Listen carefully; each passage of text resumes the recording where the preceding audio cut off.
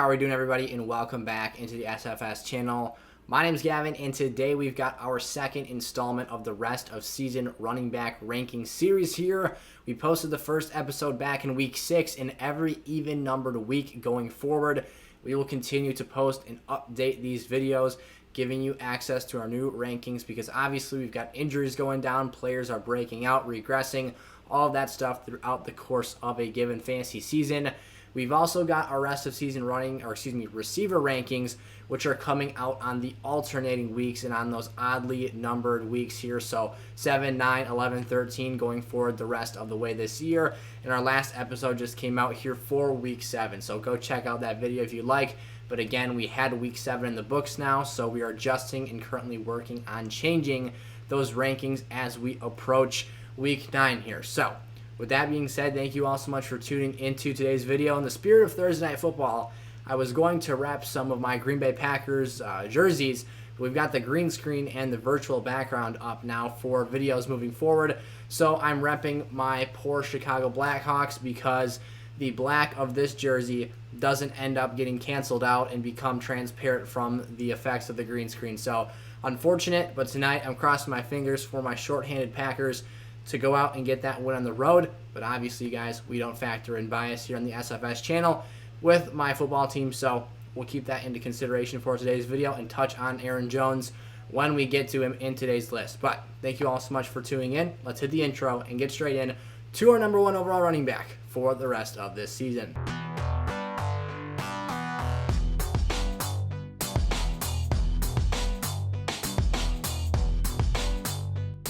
Alright, one more quick thing I want to touch on as we get into today's video. Obviously, these are our rest of season rankings, but if you would like access to our weekly positional rankings for particular matchups heading into your current week's fantasy games, SFS Gold is where to get access to those rankings and direct question and answer capabilities with myself or Eric in the community Discord server. The link to that is in the description of today's video. You'll get guaranteed responses from us, weekly lineup sets from us by heading over and checking that out. It's either $1 a week or just over that for the duration of a month. Or right now, we've got a special promotion going on where if you head over to thrivefantasy.com and check out their site and go play some games on their platform, and you deposit $10 or more all the way up to $100 using promo code SIZZLE, SIZZLE, they'll give you a 100% deposit match bonus, again, up to $100. They'll let us know you signed up, and you'll get a month of SFS Gold completely free on us for supporting their platform. So a couple of ways to get access to those other rankings from us here on the SFS channel. One more quick thing, sorry guys, before we get into today's video. I just want a quick thank you to say for all the support and all the awesome things you've helped us do here on the channel. We surpassed 3,000 subscribers the day before we'll be posting this video, so that's awesome. The support from you guys has been amazing, and it's helped us keep this thing going here and keep growing this community, helping out as many fantasy players as possible, and having a super interactive and fun football experience for hopefully every NFL season going forward here. So thank you all so much for that. You guys are the best. I can't speak to the amount of appreciation I have for all that you've done for our channel. Number 1 overall here, Derrick Henry, moving forward the rest of this year. You would be shocked if it was anyone else at this point, and it would be unfair to have anyone else at this number 1 position on the list. Derrick Henry is doing freakish and unnormal things for running backs in today's era of fantasy football.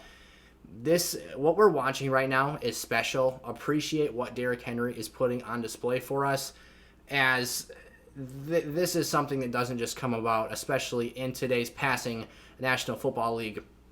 In 5 of his 7 games this season, Derrick Henry has 28+ carries. That is not attempts. That's not total touches.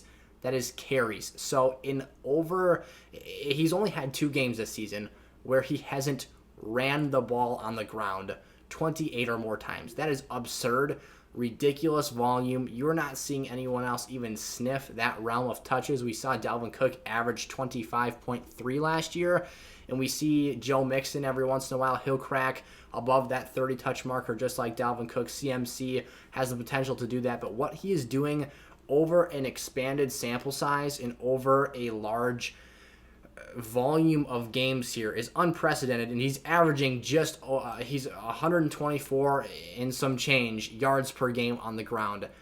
These stats are ridiculous. The touchdowns are there as well. You're getting everything. Derrick Henry essentially is 2 fantasy running backs combined into one on a week-to-week basis. Don't overreact to last week. The production was down. We can't expect him to score 30-plus fantasy points per game in half PPR scoring every week. It's honestly probably more likely than not that he gets close to that territory. Had the down performance last week, but still 25-plus rushes. Didn't quite get to the rushing yard numbers that he has in previous games. He did throw a passing touchdown. I'm not worried at all. There's no reason for logical or rational fear with Derrick Henry going forward. The only thing that could potentially slow him down here is a significant injury, or if his body just can't keep up with the wear and tear of this high touch load going forward the rest of the year. But if I were to have been asked earlier on this summer if he would be able to improve his numbers from last season, I would have, and I did tell you, no, that wasn't possible to do because he has improved in every major statistical category through his first 5 years in the league. He's proven me wrong. He's come out here, been even more fantastic, found more avenues to produce valuable points in the pass catching and the receiving game of things. So he's becoming an even more and more dynamic player and useful back in terms of his skill set for PPR formats. Derrick Henry's unstoppable. If you've got him on your team, chances are you're doing quite good this year, and he'll be in the running just because of the ceiling he gives you on a week-to-week basis. Imagine if you had yourself a Derrick Henry and Cooper Kupp combo on your roster this year. Dalvin Cook, my RB2 for the rest of this season. I was very happy that Cook had a bye week here. Give him an extra week to heal up that ankle, feel better about it coming into week 8 now. I'm completely fine with the fact that he only had one game where he's able to come back and show us that he can still produce elite numbers and that ankle wasn't wearing into him too much. But again, it gives me an extra element of reassurance and confidence in his health moving forward that he did get that week 7 bye, week off to rest up and heal that ankle even further. 29 rushes, 140 yards and a touchdown on that week 6 performance though, coming back from that injury. So great things we're seeing here, like I touched on in that Derrick Henry segment last year and this year in the games he's been healthy. Dalvin Cook's volume has been fantastic for the most part outside of that one game where he tried to battle through the ankle injury and ended up leaving that one early. 25.3 touches per game in 2020. This offense is built around him. The Vikings move the ball as the run game goes. They set up play action passes off that, and they play smash mouth football. And obviously Dalvin Cook is one of the most talented backs in the league. So if his health is in check here going forward, I have no worries or concerns about him, again, outside of that health factor. Alvin Kamara. This has been one of the more encouraging signs that any running back has had for us the past couple of weeks or past couple of games that they've had. Kamara has started to reach back into that receiving level territory that we saw from him last season, or just typically under the Drew Brees realm of this offense. The numbers in the passing game were significantly down for Kamara over the first part of this season with Jameis Winston or center, but the last 2 games he's got 19 total targets, and he absolutely cooked up a storm against that Seattle Seahawks secondary, or not secondary, but just the defense in general.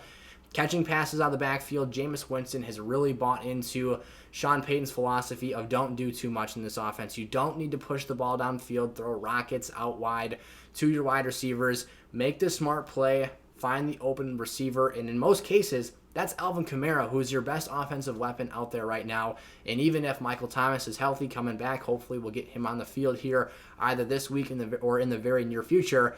Kamara is the player that this team wants having the football in his hands. His last 2 games, 26.5 and 28 points respectively in half PPR scoring. The arrow is pointed upwards. Kamara is realizing his fantasy potential, his ceiling, and his overall upside. That's great news for fantasy owners going forward, as he is going to be a force to be reckoned with down the stretch of this season. Austin Ekeler. Now, he has been someone who has wildly exceeded expectations for himself on draft day, proved to us that he's one of the most dynamic players in fantasy right now at the running back position.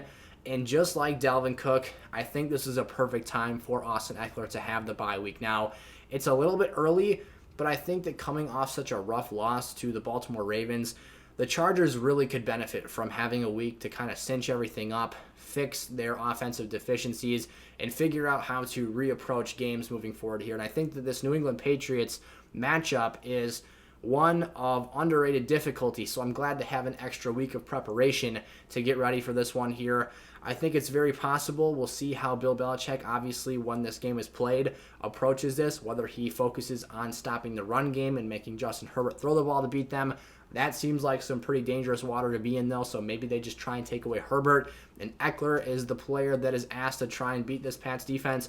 We'll see what the case might be here, but coming off the bye, so not playing last week, he's still the RB4 in half PPR scoring, and he's coming off his worst game of the season. Now, that's something that, again, is encouraging because they had the bye week to address those issues, fix any problems they had schematically with this offense, the blocking, all that good stuff. And Austin Ekeler is also a player who has averaged 5 targets per game this season. His passing involvement and dynamic ability is something that is incredibly valuable in, especially, again, those PPR leagues. Dynamic running backs are game changers here. When you can provide an elite level of upside in the receiving game, that is something that not a ton of running backs can do. And you'll hear me talk about a player later on in the list for today's video that his upside is sky high because of his work that he gets in the passing game, and that's ultimately what his fantasy value is predicated around. Jonathan Taylor is a riser for me here at the RB5 spot for me this week.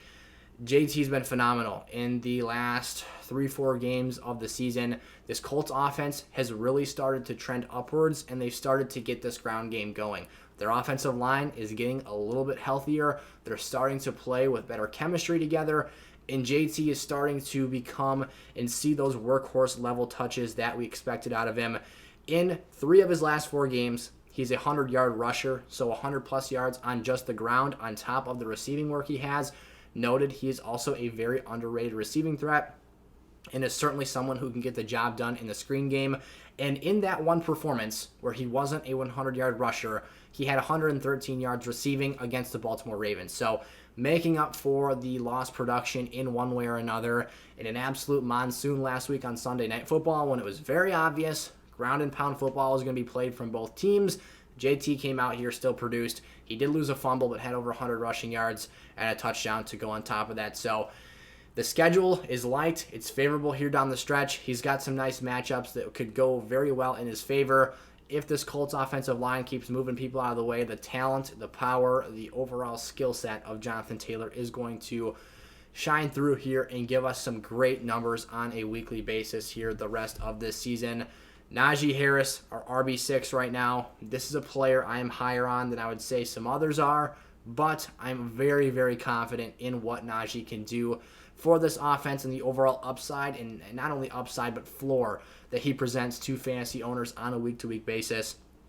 He's got 15.5 or more fantasy points and half PPR scoring every single week since that Week 1 victory against the Buffalo Bills, where we saw early on in the season Najee was really struggling with his efficiency and his yards per carry.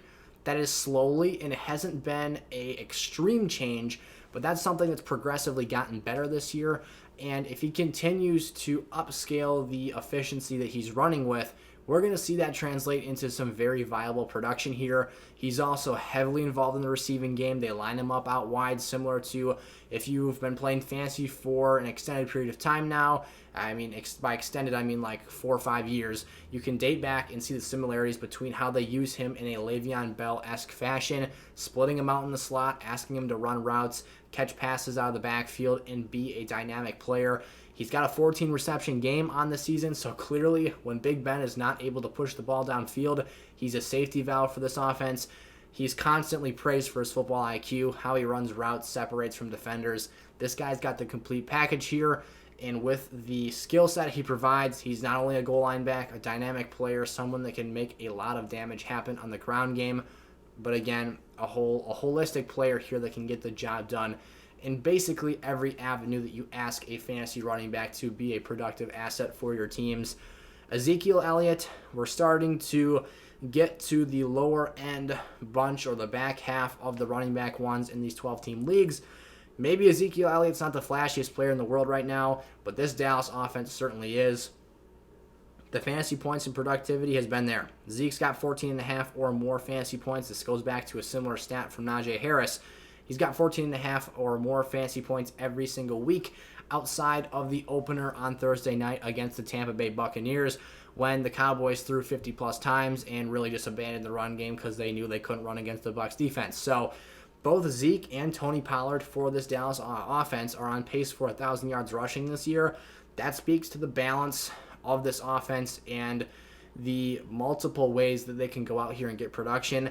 I actually think that Tony Pollard's success, while it does dilute the touch count that Zeke sees here and reduces his overall volume at a raw number on a week-to-week basis, I think it's valuable to Zeke in the sense that it helps keep him fresh and keep him from seeing such high workloads that he might start to get dinged up and be far less than 100% by the end of the season. So the hope is here, coming off of a bye week, heading into a big primetime matchup against the Minnesota Vikings. Zeke's legs will be fresh again here. This is certainly a matchup in which he can have productive point totals and be a heavy contributor to week-winning numbers here. I think Zeke going forward is a strong RB1 play, maybe not of the elite class at this point, but certainly someone that is going to go out there and you can feel comfortable with getting the job done on a weekly basis. Nick Chubb, coming off injury here. He's been dealing with that, was it a calf injury that has kept him out of a couple games now. And this Browns backfield, now down Kareem Hunt as well, has started to get banged up, but Nick Chubb expected to be able to come out here, play against the Steelers this weekend. This is very good news. No Kareem Hunt for some time. It's not going to be the entire season, but Ian Rappaport has reported that his timetable for return is between weeks 11 and 14. The best case scenario obviously being week 11 for him. And if he takes the entire 6 weeks of that return timetable, obviously that leads up to that week 14 date if he doesn't have any setbacks. Nick Chubb will no longer have to deal with Hunt vulturing his touchdowns on the goal line, stealing rushing productivity, and even some pass-catching volume. Now, that doesn't mean that Nick Chubb's going to have every touch in this offense, and especially this first game back here against Pittsburgh. They might be cautious with him. You might see a healthy amount of Dearness Johnson trying to keep the workload respectively light on Chubb as to not force re-injury upon him here. But this is one of the most pure running backs, pure rushers in the National Football League in terms of getting him in open space. He's incredibly explosive, can do a ton of things with his legs, and get the job done. He makes up for having a lack of receiving involvement in this offense because of the rate at which he has rushes of 20 or more yards.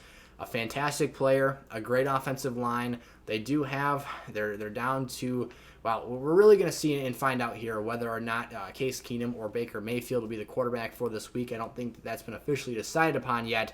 Obviously, Baker's health does factor into the productivity of this offense, though. So that's always something to monitor. But Chubb's a little bit lower on this list just because I want to see him get back on the field and put up the numbers, show that he's healthy and all right to go. But this is someone whose numbers here for the next, we're in week 8 right now, so moving into weeks 11 through 14, his numbers could be a little bit inflated and be a little bit higher than they normally would have been if Kareem Hunt's on the field. So I think that's a great opportunity for fantasy managers to capitalize on. And then Aaron Jones. So obviously, being a Green Bay Packer fan, we talked about that in the intro of today's video. Poor me, I can't wear my jersey because the green screen made me basically a transparent ghost-like figure. It's almost Halloween, but that's not the look we're going for here on the SFS channel. I got to keep Aaron Jones a little bit lower for the simple fact that his usage has been a little bit inconsistent this year. A.J. Dillon has been taking significant reps in this offense, which is something we expected, but he is getting a higher amount of red zone looks in the receiving game as well, not just the rushing department. And the touchdowns outside of one highly inflated game haven't necessarily been a consistent force for Aaron Jones' usage. Now, when he gets the football, he is clearly a super dynamic back, very explosive. This Packers offensive line has also been beaten to shambles for most of this season, being without their best offensive lineman, David Bakhtiari, for the entire season up to this point, missing Elton Jenkins, who was a Pro Bowl level lineman last year, obviously being down Corey Linsley, who's now a LA Charger, and they've been missing other starters like Josh Myers, our rookie center we picked out of Ohio State this year. That's besides the point. A lot of guys basically is what's happened, have went down to injury for this Packers O-line, and that clearly impacts your ability to find efficient run lanes and be able to find open space as a running back. But that's still the reality. That's still something that's factoring into Aaron Jones' situation. So that needs to get better going forward here, long story short. Against Arizona on a short week, I could see Aaron Jones having an increased level of productivity because Davante Adams is likely to be out with his close contact tracing, COVID case, whatever the case might be. He is vaccinated. We don't really know if he has it, if he tested positive once. I would have to get into the nitty-gritty details of that. But point being here, it's more likely than not that Green Bay will be without him tomorrow night than it is that they will have him available. Allen Lazard is unvaccinated, so no possible way he can come back in that time frame and suit up for that game. So basically, to make a long story short, or I guess to make a short story long, there's going to be increased opportunity for the running backs out of the backfield to see more work because the passing game isn't going to have as many reliable options.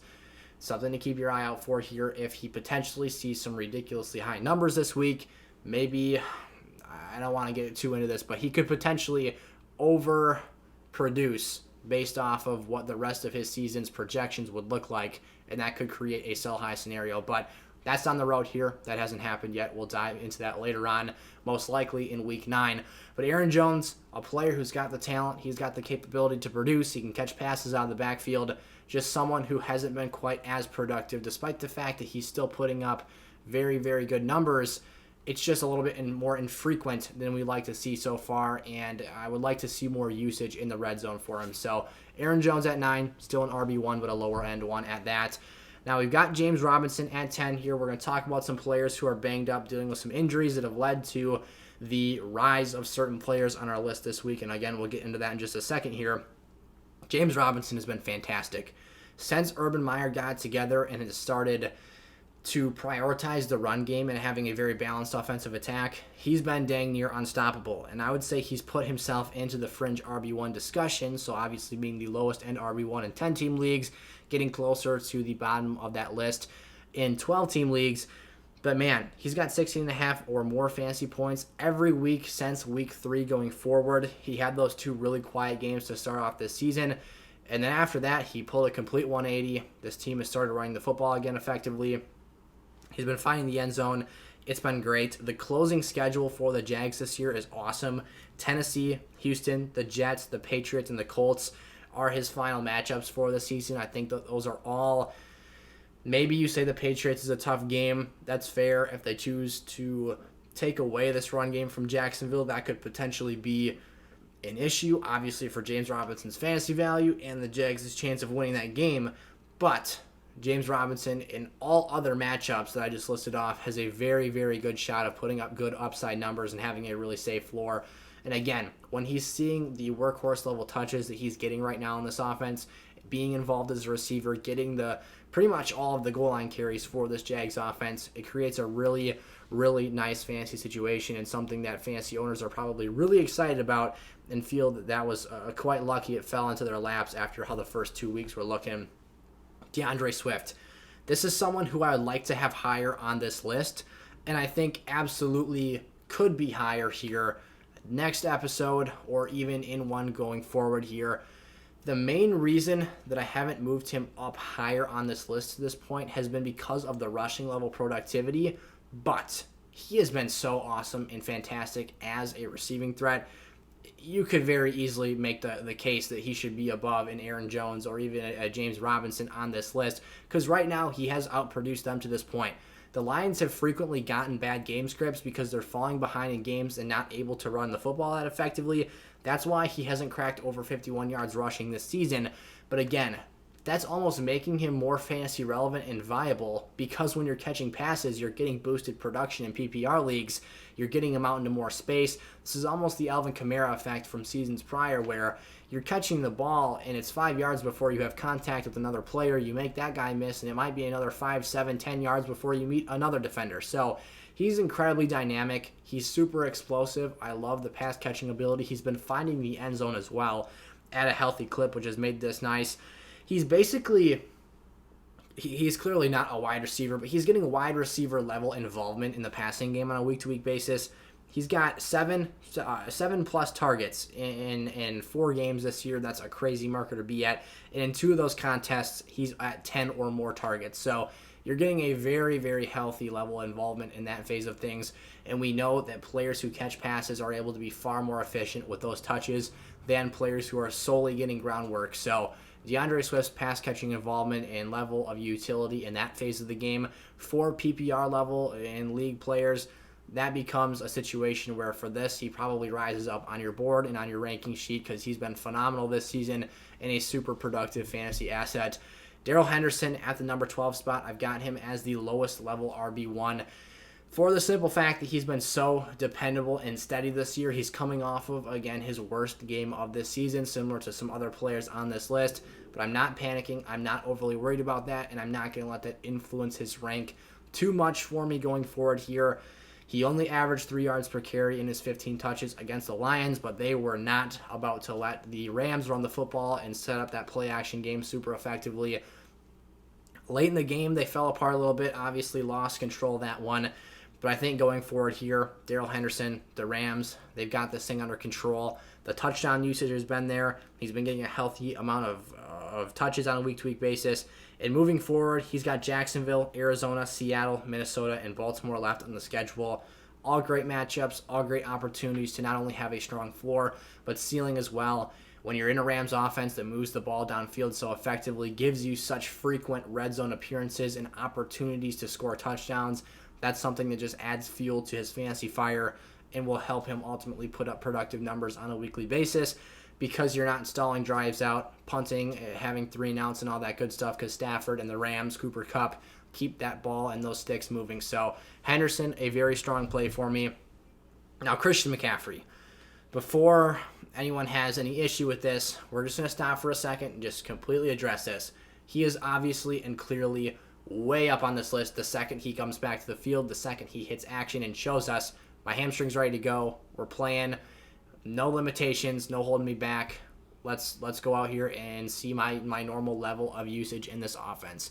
He's fallen significantly since the last episode, but that was prior to the news of him being placed on the injured reserve because we thought we were about to get Christian McCaffrey right back thereafter.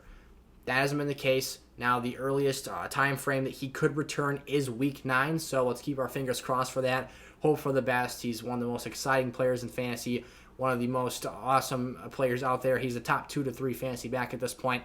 I don't know if it's quite fair for us to just proclaim him as the top running back in fantasy anymore over Derrick Henry because of how impressive and productive he's been. But CMC's right up there with the most productive and valuable players on fantasy rosters. It's been a killer that he's been out for so long. Chuba Hubbard has been getting some work for us. He's been having some nice games. Others, like this past week, were a little bit more rough. McCaffrey will be a welcome sight back for any fantasy manager this season. And again, he's only out of the RB1 tier right now because he's injured and because he's not available for us to play for at least this week.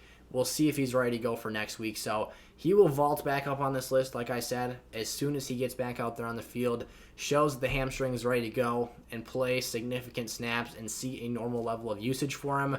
So CMC, someone that if you've been holding to this point, stay patient a little longer. It'll pay off. He'll come back here and hopefully finish out this season very strong for us. Joe Mixon at the number 14 spot. He's sunk a little bit on the rankings list because, and I guess in perception of the overall fantasy community, I'm trying to stay very even-keeled here because the touches have been down since that game against the Packers back in Week 5. That's because he was dealing with an injury, and the Bengals are trying to keep him clean, keep him upright and healthy, because this team right now looks like they could make a playoff push to potentially go past the first or even second round, because right now they're at the top of the AFC North. So keep your star running back fresh. That's a smart move to go about things here. Really, it's been not so much that Joe Mixon has just lost volume in this offense and that the Bengals have stopped running the football. It's that Samaje Perine has been seeing such an increased level of usage. In Week 5 and 7, he was heavily factored in there, had some productive games in his own right, and then in Week, was sandwiched in between their Week 6, he was out with COVID protocols, so Mixon was able to go out against the Lions and put up a monster game there. But, like I said, Joe Mixon, as he continues to get more healthy here, I'm not overly concerned. This Bengals offense is very competent in terms of moving the football downfield, keeping those sticks moving. They're going to get in scoring chances and scoring drive opportunities to get Mixon in the end zone for those easy, quick, and free 6 points in fantasy leagues. Not worried about him down the stretch here. Don't panic because the touches have been significantly down from earlier on this season. It almost reminds me a little bit of the Tony Pollard and Zeke situation where they're trying to keep him fresh, keep him upright here, and make sure Joe Mixon's ankle gets right before we get into the stretch of this season, because with Joe Mixon's track record of injuries, you don't want to overdo something right now while we're still not even past the halfway marker of the year, and make sure you've got him around for the long haul. Saquon Barkley, same situation as CMC here. Now he's not quite up to the par of a Christian McCaffrey level player. His offense, and this is, I guess, not all that much of a difference because right now Carolina's offense without McCaffrey is a complete and utter disaster. But I would still say they're not quite up to the efficiency par or level that we've seen the Panthers produce at so far this season, because the Giants have been an injury-plagued mess, because they're unreliable, undependable on a week-to-week basis. And just like the Panthers, their offensive line blocking has been atrocious for much of the year. So Barkley was the one shining star for this team, the difference maker. He's clearly their best offensive player. They're missing him bad right now, the dynamic ability he brings to the field. And the talent here gives you the chance to have excellent upside on a weekly basis. He just has to get back out there. Now, hopefully, there is some promise that he could be back here, maybe even this week. If not, maybe the next. But no guarantees yet. Barkley was back at practice with those injured receivers as well, although the official injury report for New York doesn't come out until later today as we're posting this in the morning. So this being Thursday that the video is going up, we'll find out more later this afternoon. But for now, Saquon Barkley, you can just be hopeful that he'll be available for us this week. And if that's the case, obviously he'll trend back up on this list, because we saw in a really, really tough matchup against the Saints defense, he had one of his best games of the season and was uber productive in that performance. So Saquon at the number 15 spot. Leonard Fournette, tough matchup this week. Still my RB16 for the rest of the season. The Saints, who we just touched on, are one of the toughest rushing defensive units in the National Football League. That's obviously no small task to tackle here, but Fournette and this Buccaneers offense, just like Darrell Henderson and the Rams, maybe Leonard Fournette's not a top 5, 10 NFL running back in terms of his skill set and talent, but when you can, just like Darrell Henderson isn't, but when you can move the ball downfield like the Buccaneers or Rams can, you're going to get plenty of scoring opportunities, plenty of opportunities to hammer in 1 and 2 yard touchdown runs. He's skilled. He can catch the football out of the backfield. Again, he is kind of a sledgehammer, can pound that final yard in for the score. Fournette's a player I like moving forward here, although I will note this. The playoff schedule is kind of brutal. He's got New Orleans for the first time this week here in Week 8. He's got New Orleans again in the first round of the fantasy playoffs. For those leagues out there who skip Week 18 and you end your season a week early, that's been the traditional norm here and things might be adjusting a little bit now in terms of what leagues are doing with their settings, because when we had 4 teams that were going to have bye weeks in the first round of the playoffs, now there's only 1 bye week in each conference. You would be without all of your fantasy players the final week of the regular season, because the chances were that they were sitting those players. So, for example, the Chiefs, if they had already secured and locked up a first-round bye, no Mahomes, no Kelsey, no Tyreek Hill, Clyde Edwards-Helaire, just for the sake of example. Now, Helaire was a rookie last year, and that wasn't really the case scenario for a lot of teams, like I said, because you're only down to that 1 bye week. But that's besides the point here. Weeks 14 through 17 are kind of a gauntlet. The Saints, Carolina, defense has been very underrated this year, and the Buffalo Bills, who for a point were the number 1 rushing defense in the league. Those are the last 3 games up until Week 18. So keep that in mind. Fournette's he might have some touchdown dependency in those matchups, but moving forward here, 4 touchdowns in the last 4 weeks, 16-plus touches in all those games. The usage is there, the volume, the red zone opportunities. Leonard Fournette is a very productive player to have here.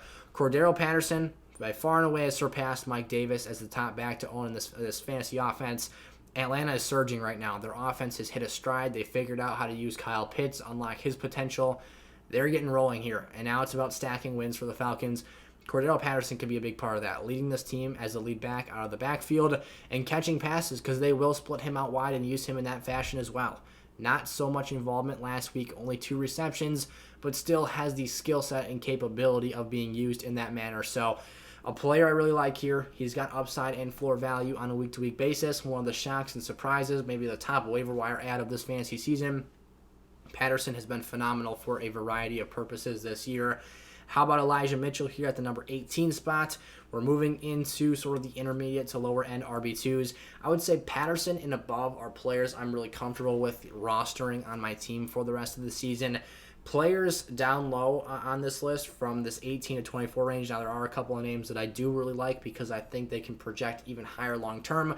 But Eli Mitchell is kind of the first name on the list here where I'm not so sure I trust him to maintain this level of status long term this year. He's really on this list because of other injuries sustained to top backs. You're talking Chris Carson, Kareem Hunt, Clyde Edwards-Helaire would all make this top 24 rankings list had they been healthy and available within the next week or so. So that automatically bumps Mitchell up here to begin with. I've got trust issues with the 49ers backfield. He has been the consistent top and lead player for this offense throughout this season, but it's been hit or miss so far. We're at a 50-50 rate here. He's got 2 games with 6 points and half PPR scoring, 2 with 16. San Francisco's offense, their team as a whole, their offensive production has not been reliable and dependable on a week-to-week basis. This is not the same rushing attack it was in that 2019 season where they were blowing teams off the ball and ground and pound, running the smash-mouth football offense and playing that really good West Coast zone run offense all over everybody. The efficiency has come down a little bit. Eli Mitchell, to begin with, is not an overly explosive player. He is a big bruising back that can score touchdowns, but I think there's some limitations here. Maybe you look to sell him. That's a story for another video, but not someone I have super high long-term trust in. Antonio Gibson at the number 19 spot here. He is probably the player whose stock has dropped the most over the last 2 or 3 weeks. Usage has been a disappointment this year. He's got injury risk and issues that have been very concerning to fantasy managers out there. The shin left last week with the calf, or 2 weeks ago with the calf.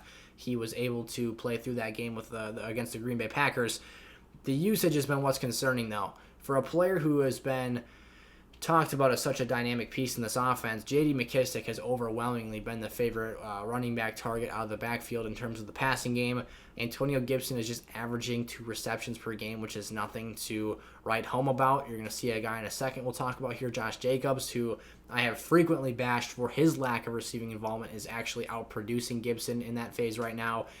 If Antonio Gibson, and I see him in some sense as a ticking time bomb here, if he is to get injured, his value is just going to continue to drop. Now, he doesn't have too much of a trade market as it is, so you might already have your hands tied here. But long term, this has definitely been one of the disappointments of this fantasy season. I hope the best. I want him to turn it around because I really like him as a player, as a rookie who is super fun to watch. But right now, a lower end RB2 for me. Damien Harris, the lead back for the New England Patriots, is our RB20 for right now. He's been very productive with the touches given to him. 14 or more carries in his last 3 starts, 4 touchdowns over that time frame. So you've got a little bit of an element of a spike ceiling for Harris lately. We've talked about it's kind of capped. The best case scenario for him as a player who doesn't really catch passes and have super efficient numbers. Now, he doesn't need 20 carries on the ground to get to 100 yards, but he's not someone that's going to break away for a 75-yard score. That's a little bit of an extreme scenario, but hopefully you understand what I'm trying to get at here, is that he's not used in a manner that gives him increased value in PPR formats or gives him a spiked ceiling that you see like a DeAndre Swift have, where he's maybe not a productive rushing threat, but he's super dynamic in the receiving game, and that makes him a far better player in fantasy than a Damien Harris. Now, what gives him this value? He's been scoring touchdowns. This run game has been on par, and when fully healthy, the Pats' offensive line is very, very good. Harris, though, he's got a capped ceiling. He's a strong and steady floor play. He's been that way for the last 3 weeks now, and he can hopefully continue that this week in a favorable matchup. I've got him as a must-start option against the Chargers, who have been a weaker and more exploitable rushing defense so far this season. So Damien Harris, a lower-end RB2, but someone you can feel comfortable with in your lineups. Javonte Williams, we talk about this one a lot, could potentially and very easily move himself up this list. He just needs more opportunities, more work, more volume in this offense. Melvin Gordon's still a factor here. He's still at play. I think that my eye test tells me Javonte Williams is a very talented, very dynamic player. I loved the receiving involvement he had last week against the Browns. But unfortunately, since they were 1+ scores down for the majority of that football game, he was really only used as a pass catcher, scored a touchdown, a receiving touchdown, and he wasn't able to be utilized as a rushing threat because they were playing catch-up the whole time. And their quarterback, Teddy Bridgewater, was injured to begin with, so they are already struggling a bit offensively with his lack of productivity, and he had a bad pick in that game as well. Javonte Williams, though, he's one of those rookie running backs. You see the talent, you see the fresh legs. The volume has not been eating at him to this point in the season, so I bet you he's very fresh right now. He feels like he can go out there fully explosive and take over a game if he has to. This is a player that has incredible ceiling late in the year, as he can produce if given the chance down the stretch here to unleash his workhorse potential. If not this year, I think he will break out and have one of those heavy boom games at some point this season. Next year, he is certainly a player to watch as Melvin Gordon's contract is up. But Javonte Williams, in the meantime, still has the chance to go out here, put up great numbers, and obviously explode onto the scene. And with the injuries right now, he still cracks and has produced up to the par of a lower-end RB2 player. Although, again, the ceiling hasn't been super high. Chase Edmonds, somebody that I'm going to caution myself with a little bit here, as he has been not quite as productive as we hoped for him earlier on this season.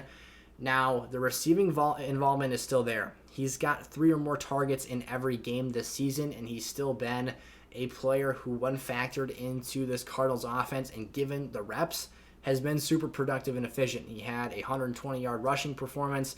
He's had some games much higher than those 3 target performances, but that's been his floor to this point in the year. He is probably more ideally a flex play on a week-to-week basis.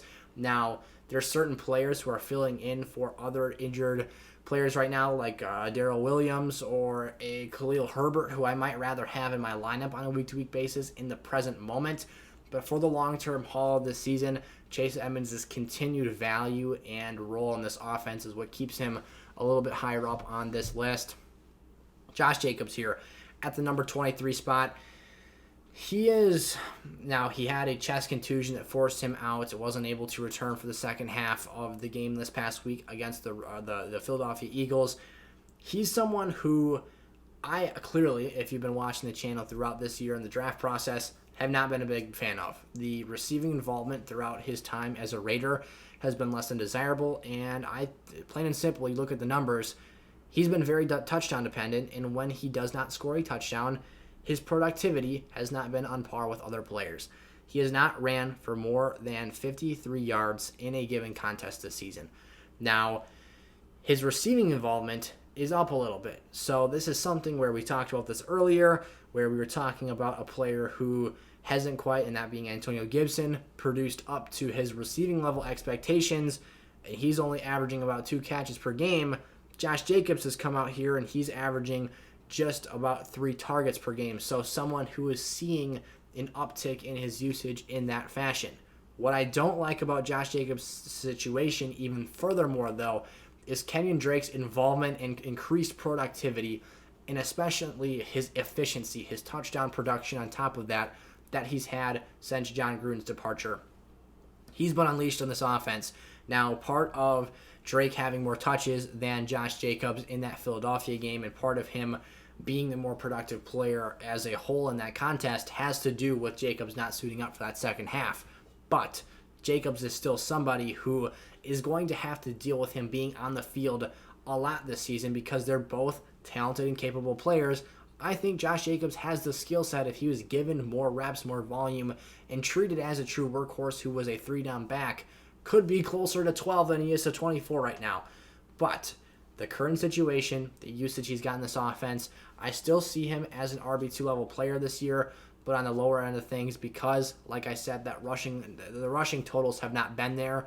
The receiving volume that is increasing slowly is starting to make up for that, but he doesn't get to move up on this list until we see better whole and scrimmage yardage totals and being less dependent on touchdowns to reach weekly level starting lineup value. And then finally here, David Montgomery. there's a lot of names you could put at this 24 spot. It's kind of a jumble of players who, there are definitely players who have the talent and the capacity to be the number 24 player for the rest of the season. Now, clearly, David Montgomery's injured right now. He's on the injured reserve. But my expectations for him when he comes back are very, very strong, very solid. The Bears offense has shown us they cannot pass the football, but what they absolutely can do is run it. Khalil Herbert has been fantastic in Montgomery's absence, and while he might get some usage when David comes back, this is still a workhorse running back to me. This is a player who can catch the ball out of the backfield, be used in the goal line, make explosive plays out in space. The Bears can run the football, and they've showed us that against Tampa Bay. They had a 100-yard rusher in Khalil Herbert, which is a very tough thing to do, even though they only scored 3 points in that game, got completely smoked. Montgomery, though, the other names that I think could respectively go on to this spot, they're all very close. You've got yourself Chris Carson, also injured, potentially coming back to the field soon. Clyde Edwards-Helaire, CEH, Kareem Hunt, again, two talented players who are out with injuries right now. In terms of players who are available, it's really nitpicky for this last spot for me. It depends on, do you value availability? Do you value long-term upside, long-term lineup value, potential? There's a lot of things that potentially go into this final spot here. So where I tend to decide with things is that I see David Montgomery's return. Now, they said he's going to be out at least 4 weeks from the initial injury date. That would put him out as long as week 11. But I think that you look at what he could do in this Bears offense when he does return. I feel very confident, very safe that you're going to get fringe RB1 to high-end RB2 numbers out of him. So he makes this list ahead of a Myles Gaskin or a Melvin Gordon, who I see as players with very capped ceilings. And long-term, down the stretch of this season, I think Montgomery's numbers will outshine them and be ultimately better. So there you have it. Those are my top 24 players here for the rest of the season as it is in Week 8. Alrighty, one more time. Those are my rest of season running back rankings here for Week 8 fantasy football. Moving forward, we've got what? Including Week 8, we've got 10 more games on top of that, so 11 Sundays left of football before the actual NFL postseason. So that means potentially 11 more weeks of fantasy football action here for us all to enjoy. Remember, if you're looking for additional access, more personalized content from myself, access to message me individually and get advice and responses from myself and Eric on a guaranteed basis, go check out SFS Gold. One way you can go about that is to check out Thrive Fantasy and deposit between $10 and $100 on their site. They'll match you, again, 100% of whatever you put down when you use promo code SIZZLE, SIZZLE, and then they'll let us know you signed up for an account, played on their site using our promo code, and we'll give you a free month of SFS Gold on us for supporting their platform. So, thank you all so much for watching. I will see you guys next time. Peace out.